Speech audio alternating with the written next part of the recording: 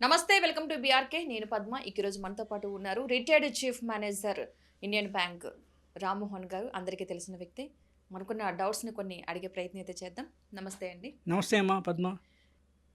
ఎడ్యుకేషన్లో 2 టైప్స్. ఎలా అంటే విలేజెస్లో ఎడ్యుకేషన్, గ్రామాల్లో ఎడ్యుకేషన్కి, అండ్ సిటీస్లో అంటే పట్టణాల్లో ఎడ్యుకేషన్కి ఏంటి డిఫరెంట్? విలేజెస్లో సిటీస్లో ఉన్న ఎడ్యుకేషన్లో ఏంటి డిఫరెంట్? చాలామంది పిల్లల చదువుల కోసమే మేము పట్టణానికి సిటీస్కి వెళ్తున్నామని చెప్తూ ఉంటారు. అంటే విలేజెస్లో ఆ మాత్రం ఎడ్యుకేషన్ ఎందుకు ఇవ్వలేకపోతున్నారు? లేదు, రెండింటికి ఎడ్యుకేషన్ అంటే same subjects, same books, same classes, but ఏంటి డిఫరెంట్ రెండింటికి? రూరల్ అండ్ అర్బన్ డివైడ్ అనే ఒక కాన్సెప్ట్ అమ్మా. Rural areas, urban areas, this is one thing. గ్రామీణ ప్రాంతము, నగర ప్రాంతము, దిస్ ఈజ్ వన్ థింగ్. బేసికల్గా మనిషి కొన్ని centuries, thousands of years back అడవిలో ఉండేవాడు.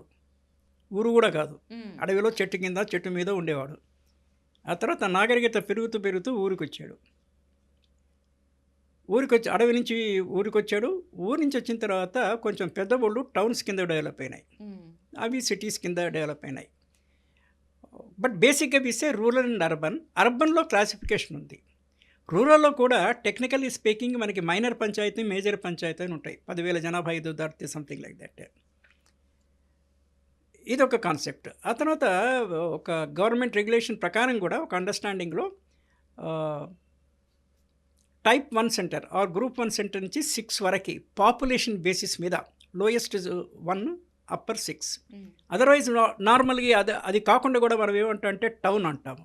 విలేజ్ కాకపోతే టౌన్ కాకపోతే సిటీ కాకపోతే మెట్రోపాలిటన్ సిటీ, ఇంకా పెద్దది. దానికి మించితే cosmopolitan city.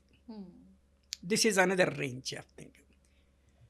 పుర్రా, PURA, providing urban facilities in rural area అనేది APJ అబ్దుల్ కలాం ప్రెసిడెంట్గా ఉన్నప్పుడు ఒక ప్రోగ్రామ్ ఆయన స్టార్ట్ చేశాడు ఆయన. It is now also it is in vogue. అంటే మైగ్రేషన్ తగ్గించడానికి రూరల్ నుంచి అర్బన్ సిటీస్కి వచ్చే మైగ్రేషను ఎప్పటికప్పుడు పెరుగుతుంది. ఈ పెరగడానికి చాలా కారణాలు ఉన్నాయి. ఊళ్ళల్లో లేని కొన్ని వసతులు సిటీస్లో ఉన్నాయి. క్రికెట్ ఊళ్ళో ఆడరు కదా, ఇక్కడ మనకి తార్నాక స్టేడియంలో క్రికెట్ ఆడతాడు. ఇక్కడ సిటీలో ఉంటే చూడవచ్చు. సినిమాలు, కొత్త సినిమాలు ఊళ్ళో రిలీజ్ కాదు కదా, తర్వాత అంత ఓపిక లేదు మనకి. ఫస్ట్ డే చూడాలి, కాళ్ళు చేతులు విరగొట్టుకోవాలి. ఇది నేను బ్రాకెట్లో చెప్తున్నాను. అదే కదా, మన ఒక సినిమాకి పోతే మదర్ చనిపోయింది, కొడుకు కూడా still hospitalized, is recovered or not. చెప్తున్నానంటే ప్రజల వింత పోకడలుగానే ఆలోచన ధోరణి. మొన్న ఈ మధ్యలో కరూర్లో పొలిటికల్ మీటింగ్ పెడితే 41 మంది చనిపోయారు. Is a popular actor Vijay అనేసి. మై పాయింట్ ఈజ్ దాట్ మీరు టీవీలో వినొచ్చు కదా ఆయన speech. Is it necessary to go there and this one? వీళ్ళు ఏదో మభ్యపెట్టి ఉంటారు, ఏదో కలుసీసా ట్రాన్స్పోర్ట్, ఫ్రీ ట్రాన్స్పోర్ట్ లారీలో వచ్చిన వాళ్ళు ఎందుకే 500 వెయ్యో. This is what mobilising people. So whatever, ప్రతి ఒక్కళ్ళు వాళ్ళ బుద్ధి వాళ్ళు వాడాలి కదా. Coming back to this point, మీకు టెక్స్ట్ బుక్స్ ఏమైనప్పుడు medium of instruction matters. Telugu మీడియమా అంటే విత్ రెస్పెక్ట్ టు తెలుగు మాట్లాడితే తెలుగు మీడియమా, ఇంగ్లీష్ మీడియమా, ఏ మీడియం ఏనో it does not make difference. నా పర్సనల్ కేసులో నేను 5వ తరగతి వరకు స్కూల్కి పోలేదమ్మా, నాట్ ఎట్ ఆల్. మా నాన్నగారు, మై లేట్ ఫాదర్, డైరెక్ట్గా గ్రామీణ వాతావరణం నుంచి హైదరాబాద్ సిటీకి, మన కోటిలో వివేకవర్ధన్ హై స్కూల్ ఉంటుంది, 6th క్లాస్ ఇంగ్లీష్ మీడియంలో స్టేట్గా అడ్మిట్ చేశాడు. విలేజ్ అట్మాస్ఫియర్ నుంచి అర్బన్ అట్మాస్ఫియర్కి వంతే స్కూల్ బ్యాక్గ్రౌండే లేకుండా 6వ తరగతిలో సెకండ్ థింగ్ ఇంగ్లీష్ మీడియం ఉండవుది. But I could cope up. అంటే it depends upon the individuals inclination, interest, intelligence and coping ability. నేనేమి I did not get what you call shock అవ్వడమో, సడన్గా సిటీలో ఇన్ని వెహికల్స్ చూడు ఇదే ఇవ్వడమో, స్కూల్కి రోజు పోవడం ఎలా, రావడం ఎలా, ఈ ఇంగ్లీష్ అర్థమవుతుందా లేదా, absolutely there was no issue at all. అంటే నాది I cannot standardize it, but I'm just telling. 6 నుంచి 9 వరకు వివేకవర్ధన్ స్కూల్లో ఇంగ్లీష్ మీడియంలో చదివాను. ఆ తర్వాత for whatever reason my father put me in Telugu medium school 10, 11, 12 Nampally boys high school again in Hyderabad. అది Telugu medium. Of course degree and PG it is on again in English medium. So దీంతోనే నాకు inbuilt advantage అంటాం మనం, IBA, inbuilt advantage. I have a reasonable command on both the languages, technical వర్డ్స్తో కలిపి, both Telugu and English. కానీ అంటే ఇక్కడ నేను డ్రైవ్ చేసే పాయింట్ ఏంటంటే స్కూల్కి పోవాల్సిన అవసరమే లేదు చదువుకునే వాళ్ళకి. ఆర్ వీకెండ్ స్కూల్ ఉన్నా సరిపోతుంది. సాటర్డే రోజు పోయేవాళ్ళు పోనివ్వండి, ఇంట్లో ఉండి చదువుకునే వాళ్ళకి డౌట్స్ క్లియరెన్స్కి సాటర్డే సండే వీకెండ్ స్కూల్స్, ఇది కొత్త ప్రపోజల్ ఐఎమ్ పుట్టింగ్ వ్యూయర్స్ కింద టీచింగ్ కమ్యూనిటీకి ఉంటే they should get it correctly, weekend schools. నేను మండే టు ఫ్రైడే నేను చదువుకుంటాను. ఇప్పుడంతా మదర్స్ కూడా రీజనబుల్లీ ఎడ్యుకేటెడ్, కొంత క్లాస్ ఆఫ్ సొసైటీలో వరకే. 6వ తరగతి వాళ్ళకి ఆమె చెప్పలేదా ఇంట్లో చెప్తారు. ఆమె ఉద్యోగానికి పోయి పిల్లవాడిని స్కూల్కి పంపించి ఇదంతా మీకు బస్సుల వెనకాల కూడా పడి పిల్లలు చనిపోతున్నారు. రేర్గా జరుగుతుంటాయి కానీ school bus it is coming in the reverse, this man is not seeing it. అలా కూడా జరుగుతున్నాయి కదా. అది కాకుండా ఈ స్కూల్ బస్సెస్ సిటీలో తిరిగి you are adding only to pollution. అంటే ఐఎమ్ నాట్ అండర్మైనింగ్ స్కూల్స్ కానీ ఎడ్యుకేషన్ అది అనట్లా నీకు, కానీ you do your spade work and homework. మీ తల్లి నీకు చెప్పని నీది నువ్వు చదువుకో, నీకు వీకెండ్ 2 రోజులు స్కూల్కి పో. అంటే ఇది ఒక కొత్త scheme we can start. Regular స్కూల్స్లో నీవు రెగ్యులర్గానే అడ్మిషన్ తీసుకో, లేదా వీకెండ్కైనా అడ్మిషన్ తీసుకో, దట్స్ ఫైన్. అట్లా ఉంటే మీరు ఇందాక అన్నట్టు రూరల్ ఏరియాస్ నుంచి సిటీకి దగ్గర ఉండేవాళ్ళు, for example if you take Telangana state, 7-8 గంటలకు మించి జర్నీ ఉండ ఫార్ ఆఫ్ ప్లేసెస్ ఏమి లేవు. 2 hours 3 hours 4 hours you can come to Hyderabad. వీకెండ్లో ఫ్రైడే నైట్ హైదరాబాద్ వస్తాడు, సాటర్డే సండే స్కూల్ అటెండ్ అయ్యి మళ్ళీ ఊరికి వెళ్తాడు. మండే టు ఫ్రైడే ఇంటి దగ్గర చదువుకుంటాడు. You have amenities of both urban area as well as the rural area.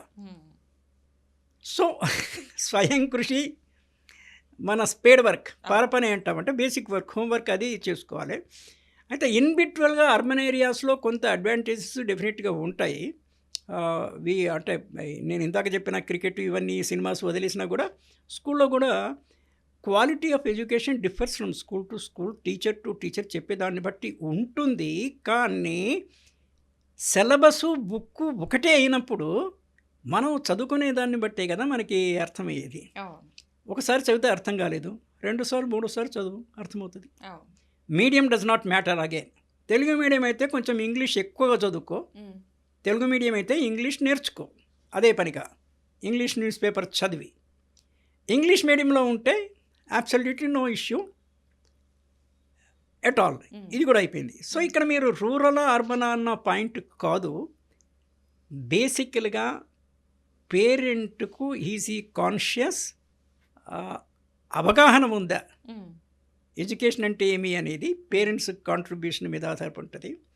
ఇంకో ప్రాబ్లం ఏంటంటమ్మా, గ్రామీణ ప్రాంతాల్లో సిటీకి దగ్గర ఉండే పని చేసే టీచర్స్ సిటీ నుంచి వెళ్ళొస్తుంటారు.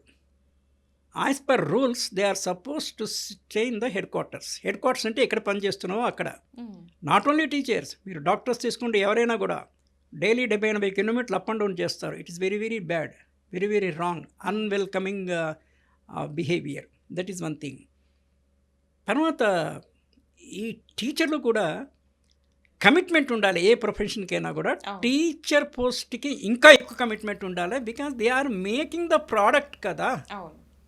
ఈ పిల్లలు చదువుకొని వివిధ రంగాల్లో వాళ్ళు ఉద్యోగాలు చేస్తున్నప్పుడు వాళ్ళకి కావాల్సిన స్టెమ్ ట్రీ మోడల్లో మీరు స్టెమ్లో ఉన్నారు టీచరు, బేసిక్ ఎడ్యుకేషన్ ఇవ్వడంలో. మరి వీళ్ళకి జీతాలు ఎక్కువ ఉండాలి. జీతాలు ఒకప్పుడు వీళ్ళకి తక్కువ ఉండేవి, ఇప్పుడు ఎక్కువైనా కూడా వీళ్ళేమి పెద్ద అవుట్పుట్ ఇవ్వట్లేదు. With all due apologies to them. ఎంతమంది కమిటెడ్గా ఉండాలమ్మా?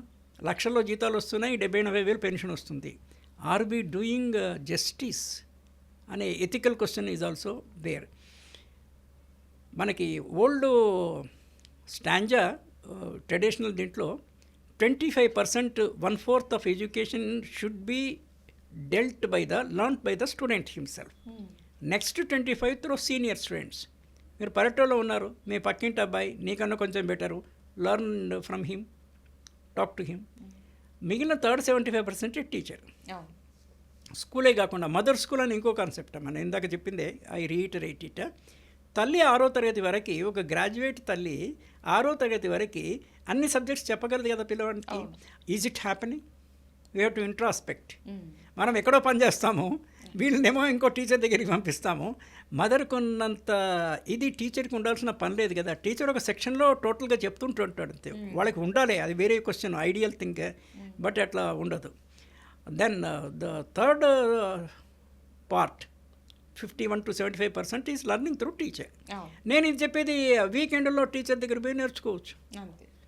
25% నువ్వు ఇంట్లో నేర్చుకో, మీ పక్క స్టూడెంట్ దగ్గర, నీకన్నా ఇంటెలిజెంట్ వాడి దగ్గర మిగిలినది నేర్చుకో. వీకెండ్ స్కూల్ పోయి అది నేర్చుకో. మిగిలింది సబ్జెక్టులో ఎప్పటికప్పుడు ఇంప్రూవ్మెంట్స్, రీసెర్చ్ జరుగుతుంది కనుక యూ కెనాట్ పుట్ స్టాప్. మీరు ఎనీ సైన్స్ సబ్జెక్ట్ తీసుకున్నా, ఏ ఆర్ట్స్ సబ్జెక్ట్ తీసుకున్నా కొత్త అడిషన్స్ వస్తుంటాయి. With the passage of the time you will be updating your knowledge in the first quarter. ఇంకా 25% ఇది. కనుక రూరల్ అర్బన్ అనేది పెద్ద కాదు, except for very higher education. Universities ఉండవు కదా. యూనివర్సిటీ ఎడ్యుకేషన్ అంటే you have to come to urban areas, that's understanding. కానీ 10th క్లాస్ వరకు, ఈవెన్ అప్ టు ఇంటర్మీడియట్ వరకు కూడా we need not go that way. And cost of education కూడా ఎక్కువ అవుతుంది if you come to urban and that to private ఇన్స్టిట్యూట్స్కి కావాలంటే. Government స్కూల్లో ఉన్న చోట చదువుకోండి, నేర్చుకోండి. అండ్ నేను ఇందాక చెప్పాను, I was referring about SCERT, state council of education research centre and T-Hub. Recorded lessons ఉన్నాయి. ఇంతకుముందు ఆ ఫెసిలిటీ లేదు. మేము చదువుకునే రోజుల్లో ఆ ఫెసిలిటీ లేదు, ఇప్పుడు అది ఉంది.